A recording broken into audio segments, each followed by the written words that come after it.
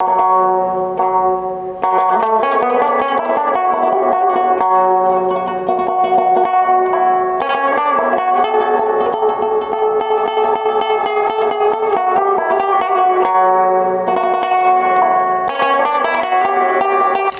سر تور سری گریوان یم ستا په عشق کې سر سر تور سری گریوان یم ستا په عشق کې او همیشه په بیابان یم ستا په عشق کې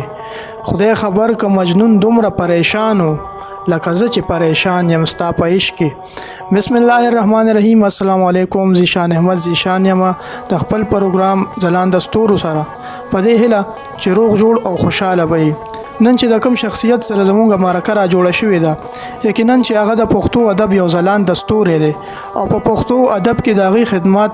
لکه د ستورو ځلیږي او د هیڅ چا نه پټ نه دي جناب ډیر قدرمن او ښاغلی شیرزمان سیماب صاحب سرجي ستاسو ډیره مننه کوو چې موږ ته خپل قیمتي وخت راوبخلو ډیره مننه خوشحاله شئ بس تاسو هم ډیره مننه چې دلته راغلئ او زموږ سره څه خبرې اترې وکړئ مننه جی سر تاسو خو د هیڅ چا نه پټ نه یو نړۍ خلک تاسو پیژني خو غواړو به چې زموږ په پروګرام کې ستاسو پیژنګلو ستاسو په ژبه را سره وکړي بسم الله الرحمن الرحیم زما نوم ډاکټر شیرزمان سیماب دی تعلق مې د ملکن ضلع د تانې کلی سره دی او دلته په پیښور یونیورسټۍ پښتو اکیډمي کې د اسسټنټ پروفیسر په عہده باندې کار کوم سمه ده جی سر د ادبي سفر آغاز هم د کله نه وکړو د ادبي سفر آغاز خو هغه وخت چې زه په اسکول کې وم طالب علم وم داسې د شپږم یا د اووم جماعت هغه وخت کې هم داسې به شعرونه او ټپې کله د ځانه جوړولې کله په یو څه پسې شعرونه جوړ کړي کله په بل څه پسې یا ټپې به م جوړولې ټپې به م وایي چې د چا به م واورېدل هغه به م وایي په دې نه پوهېدو چې دا لکه د چا یي خو بس څه پسې د ځانه جوړولو څه پسې داسې شعرونه او ټپې نو په هغې کې دغه سفر که ورته ویلی شي نو بس را شروع شو او بیا دغسې چې دی نو ورو روان شو بیا زمونږ په اسکول کې به هلته کې داسې مشاعرې شاعرانو کولې نو چې مونږ ته به اسکول په ټایم کې پته ولګېده چې نن مازدیګر به اسکول کې مشاعرې نو بیا به ورله رالم نو وړوکې وم اسکول استادان به هم پکې ناست نو څه خو به م نه شو ویلی خو شاته به ناست او د شوق نه به مو سره کار هم کو ډسکونه به م راوړو بینچونه کورسی مورسی زیمې به مو سره هم برابر او جارو به مو سره واله مونږ وایي چې لکه کار راته نه شي چې زه تخته مه کښېنه دلته کې نو په خوشحالۍ کې به مو سره مازدیګره مشاعره مو واورېدله نو دغسې چې دی نو بیا چې داسې اتم نه هم ته شو نو بیا هم داسې ورو پکې په خپل هم داسې ورو شعرونه میرونه چې دی نو به ورسره وې او پوه شو خلک چې دا دوی دلته راځي نو بس شعر و شاعري کوي بیا همدغه د اسکول د نهم لسم ورځو کې خو بیا بالکل ادبي مشاعرو ته چې دی نو شروع شو او بیا کالج شو یونیورسټي شو نو بس بیا خو دغه سفر روان شو دغسې تر دې وخته روان دی خو تقریبا دا به د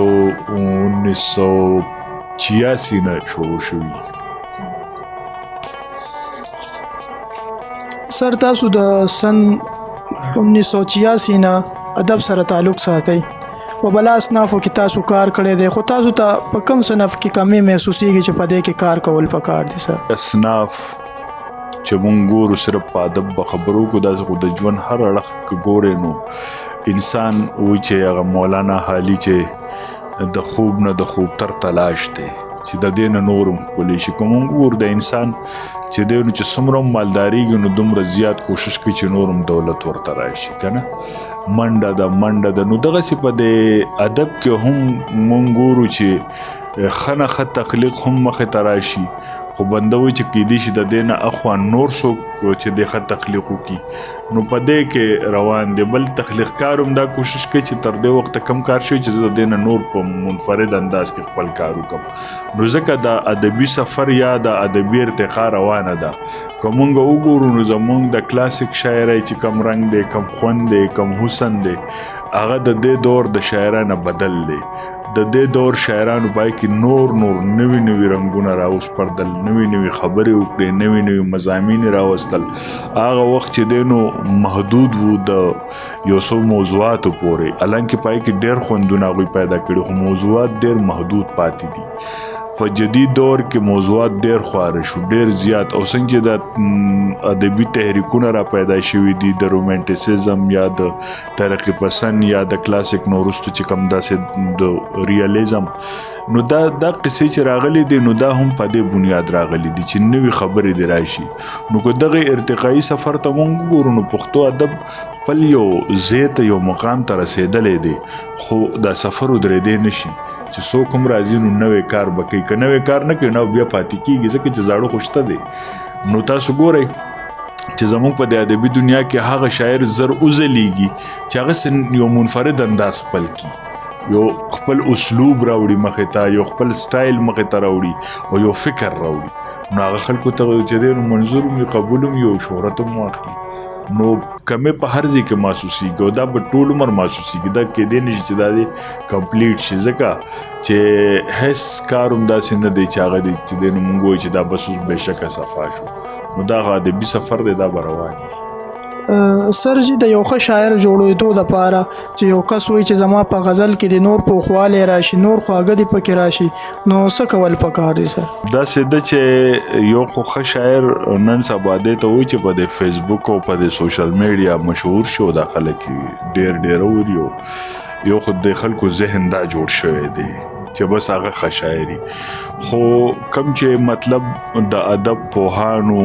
د ښه شاعر دپاره نښې ښوولي دي یا چې کومې منلې شوي دي، یونیورسل دی، ټوله دنیا په هغې متفق ده. ښه شعر هغه چې دی افاقي، چې دی د نن نه 100 کاله مخکې هم چې دی قابل قبول دی، نن هم قابل قبول دی چې دی نو سبا هم قابل قبول. دا ښه شعر لکه موږ به دا وګورو چې رحمان بابا چې و نو هغه 100 کاله مخکې تیر شوی دی. د رحمان بابا په زمانه کې به نور هم ډېر شاعران، خو رحمان بابا هغه ټیم هم قابل قبول، نن هم قابل قبول دی او سبا هم قابل قبول دی. او پروفیسر محمد نواز طاهر لیکلی دی چې د رحمان بابا شاعري داسې ده چې په حجره کې، په جومات کې او په کور کې 3 واړه ځایونه ویلی شي. نو مطلب دا چې دا ښه شاعري ده چې په دې کې د دې شاعر سوچ، فکر، د خپل قام، د خپل اولس ترجماني، دا څیزونه پکې او د شعر هغه ضرورتونه چې کمی چې هم پکې هغه پوره کړي. نو دغه شاعري مونږ بلکې یو پوهان دا خبره کوله چې په کم وخت کې کم شاعر ژوند کوي نو د هغه ښه نقاد نشي پیدا کېدی، ځکه چې دی ژوندی دی لا چې کله دی مړ شي او د باندې یو 50 کاله تیر شي نو بیا د ښه نقاد پیدا شي، بیا چې دی نو خلک په د باندې ښه کریټیسزم کولی شي. نو ځکه چې دی نو پته ولګي چې د دې شاعر اوس څومره معیار دی. نو نن وګوره نه د خوشحال د مقابلې څوک شته، نه د رحمان، نه د حمید، نه د علي خان، بلکې زموږ د کلاسیک چې کوم شاعران دي د هغې د مقابلې څوک نشته دی. نو دغه چې دی نو معیاري شاعري د ښکاره خبره ده. سر جي شاعر نه علاوه که یو عام وګړی وایي چې زه د پښتو ژبې خدمت کوم نو هغه به په څه ډول کوي؟ د ژبې د خدمت خو چې دی نو ډېرې لارې دي، یوازې دا نه ده چې خلک د پښتو ولیکي، پښتو لیکل هم لوی خدمت دی. خو په دې وخت کې خو د پښتو لیکوال شکر دی ډېر زیات دي، شاعران ډېر دي، کتابونه لیکلی شي، نثر کې هم بلا کتابونه لیکلی کېږي. په دې وخت کې زما په خیال چې یو خو لوستونکي پیدا کول غواړي او د هغې دپاره پکار دا ده چې زمونږ ادبي محفلونو ته زمونږ شاعران ملګري صرف شاعران نه راځي بلکې د ځان سره چې دی نو خامخا لوستونکي اوریدونکي هم راولي، چې هغه خلک راشي ادبي محفلونو ته چې صرف شاعر خپله ډایري راغستي او په ادبي محفل کې کینی خپل غزل ووایي او لاړ شي نو دې سره هېڅ هم نه کېږي. خو که دا شاعر په ځان باندې دا فرض کړي چې زه دومره ورځې د نورو ملګرو سره ګرځم نو که زه د ځان سره ورځ مشاعرې له بوځم نو دی به مشاعره هم واوري، دی به پښتو هم واوري، دی به د دې نه او کیدی شي چې د ده شوق پیدا شي، دی کتابونه ولولي، دی مطالعه وکړي. نو یو دغه خبره ده چې مونږ د چې دی نو په دې طریقه عام ولس راولو خپلو ادبي محفلونو ته. بله خبره دا ده چې د ژبې خدمت چې دی د پښتو خو داسې یتیمه ژبه ده د دې خو د خدمت اړو څوک شته دی نه صرف دا لیکوالي دي نو د ژبې چې په کومه طریقه خدمت کیږي نو ټول اړخونه خالی پراته دي څوک د را میدان ته شي کتابونه دي چاپ کې په خپلو خرچو د غریبو لیکوالو څوک د را میدان ته شي داسې ادبي محفلونه دي را جوړ کي څوک د را میدان ته شي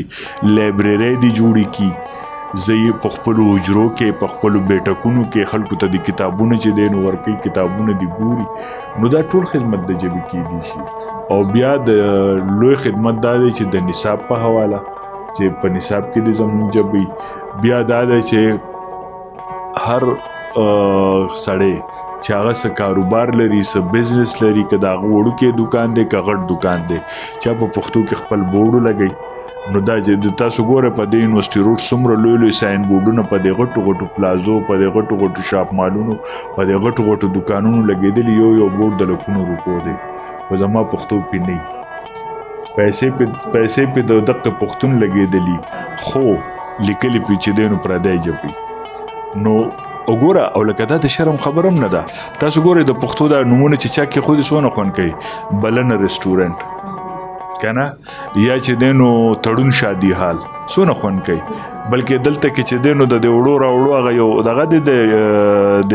ډاک هغه سیستم دی درې وړو کنه څونه ښکلی نوم دی لکه دا د پښتو نومونه دي که دا موږ داسې کېدو یا لکه موږ چې په خپلو محلو په خپلو کورونو کې وګورو او د پښتو دا نومونه موږ د خپلو ماشومانو له چاله کې ښودي ګلالی ملالی زلان نو دا څونه خوند کوي دا خواږه لګي ګوره پیغمبر علیه السلام دا نه ویلي چې تاسو ګنې صرف په عربی کې نوم دی هغوی صرف خپل بچي له ښکلی نوم کېدی نو ښکلی نوم مطلب څه دی خو مطلب دا دی چې ښایسته نوم دی زلان ښکلی نوم نه دی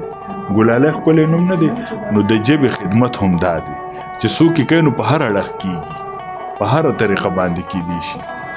ډیره مننه کوثرجي تاسو ډیره خوندورې خبرې وکړي او زړه م غواړي چې نورې خبرې هم تاسو سره وکړو خو وخت کم دی او مونږ به خپل موضوع طرف ته راځو سر رپورتاج باره کې راته ووایي چې رپورتاج څه ته وایي او تاریخ څه دی سر رپورتاج متعلق چې دی نو په زه دومره ووایم چې دا د انګریزي د رپورټ ټکي نه وتی دی او بیا چې دی نو دیتا رپورتاج ویلی شي خو یو رپورټ دی چې کوم موږ په اخبارونو کې لیکو صحافیان چې کوم لیکي هغې کې ولیکي چې مثال په بازار کې ډزې وشوې او 15 کسان مړه دي او 12 زخمیان دي بس ټو د پوینټ خبرې ادبي رپورتاج کې دا خبرې چې هغې کې داسې نه وي هغې کې به ادبي رنګي ادبي ښکلایي چې کوم ځای کې یا د کوم ځای ته یو رپورټ لیکې ته چېرته لاړ شې چېرته کښېنې رپورتاج دپاره دا ضروري نه چې ته دې خامخا چېرته لاړ شې دا موږ چې دلته کښېناستو دا هم یو رپورتاج دی چې دا ته ولیکې نو دا هم یو رپورتاج شکل اخلي خو چې د رپورتاج په هغه رنګ کې ولیکې چې ادبي خوند یې پکې ادبي جملې یې پکې کله پکې داسې د مزاح جملې یي نو دا څیزونه چې دی نو دا پکې راځي په ادب کې چې دی نو رپورتاجونه ډېر لیکلی شي په انګریزي کې په اردو کې او په پښتو کې هم چې دی نو ډېر ولیکلی شول تر دې وخته پورې او اوس هم ماشاءالله په نوي لیکوالو کې هم دا یو ډېر ښه شوق راغلی دی چې چېرته لاړ شي نو کوشش کوي که د کتاب شکل کې د چاپ کېدو دغه نی نو په رسالو کې یا په اخبارونو کې چاپ کیږي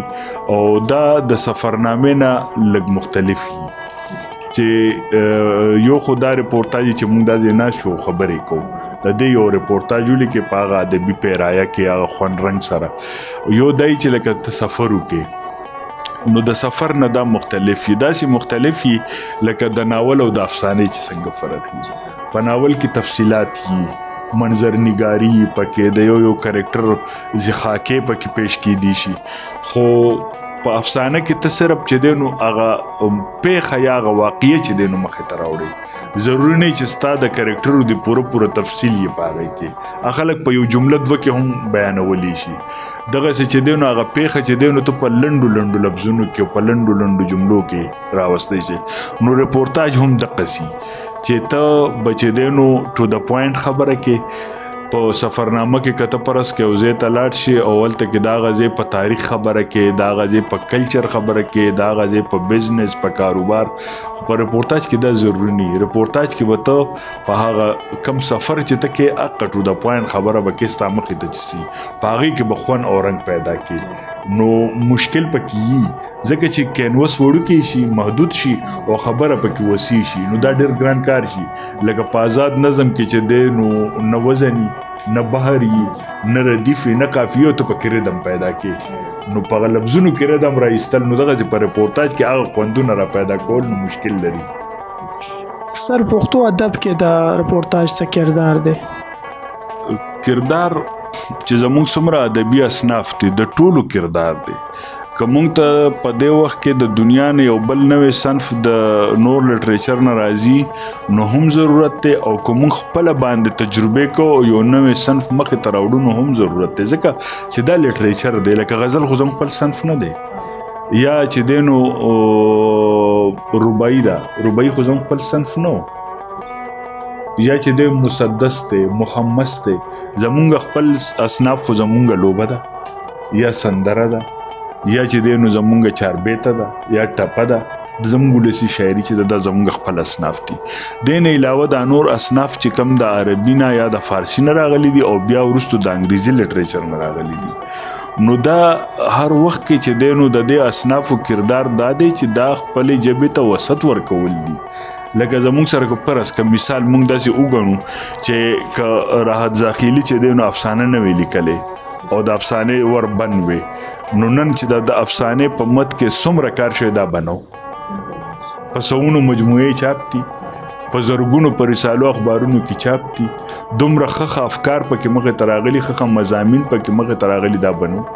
یا که دغسې په غزل باندې پابندي لګېدلی وي چې غزل مه لیکه دا پردی دی، نو تر ننه به غزل نو دا په غزل چې څومره کار شوی دا بنو.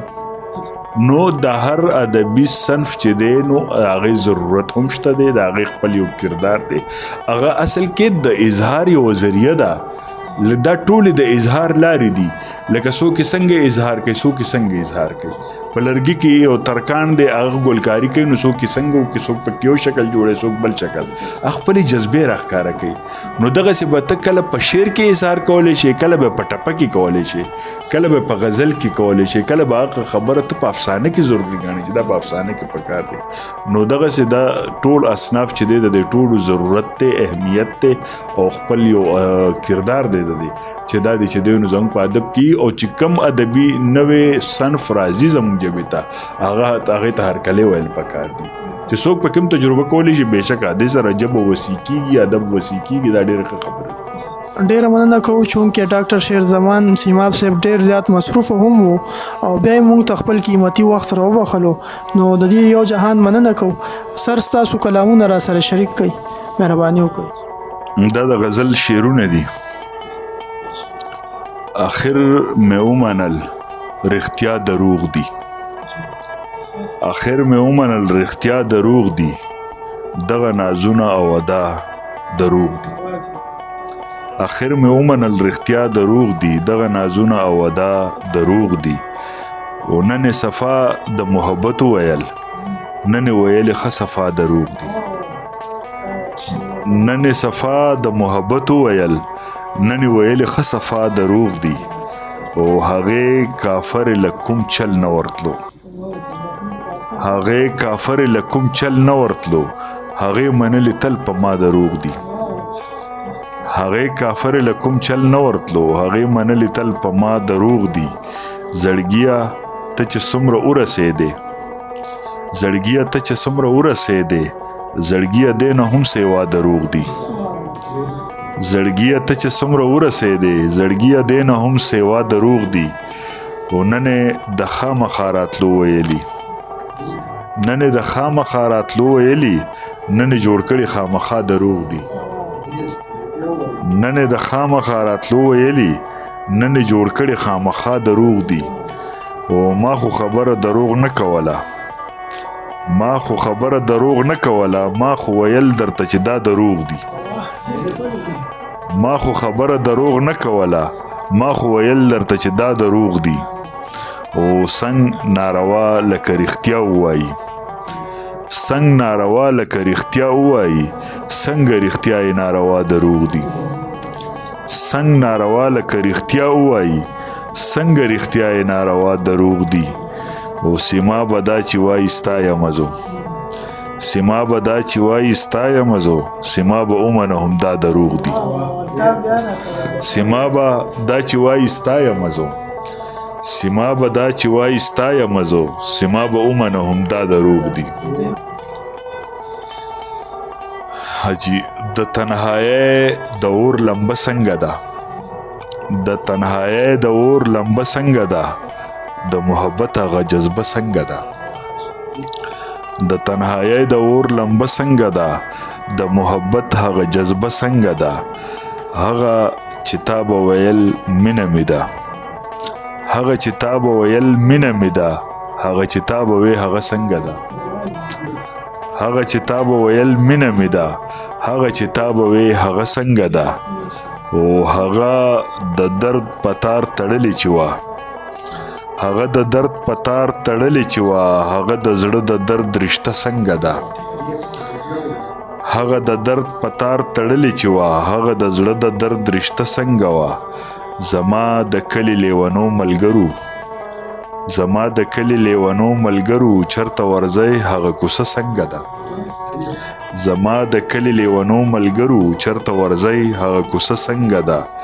او هغه د مینې د مزې چې مو و هغه د مینې د مزې چې مو و هغه چنار هغه چینه څنګه ده هغه د مینې د مزې چې مو و هغه چنار هغه چینه څنګه ده او څوک دې د مصر د عزیزو پوښتي څوک دې د مصر د عزیزو پوښتي یوسف بندي شو زلیخه څنګه ده څوک دې د مصر د عزیزو پوښتي یوسف بندي شو زلیخه څنګه ده او زما نشه خو شوه د مرګه پاتې زما نشه خو شوه د مرګه پاتې خو ساقي جانه میخانه څنګه ده زما نشه خو شوه د مرګه پاتې خو ساقي جانه میخانه څنګه ده زما د نوم د اخیستو اوتې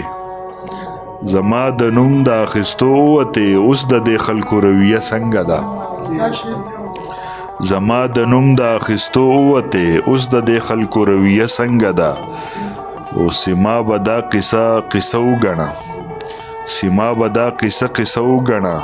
څه به پوښتې چې دا قصه څنګه ده سیما به دا قصه وګڼه څه به پوښتې چې دا قصه څنګه ده ډیره زیاته مننه ډیره خوشحاله شه یو جهان مننه کوو د سرجي چې مونږ ته خپل قیمتي وخت راوبخلو او ډیره مننه کوو د وصال صاحب هم چې مونږ ته د کیمرې شاته خپل خدمات سره انجام کوي ان شاء الله بیا به راځو د یو نوي شاعر سره د یو نوي مرکې سره تر هغې پورې د الله په امان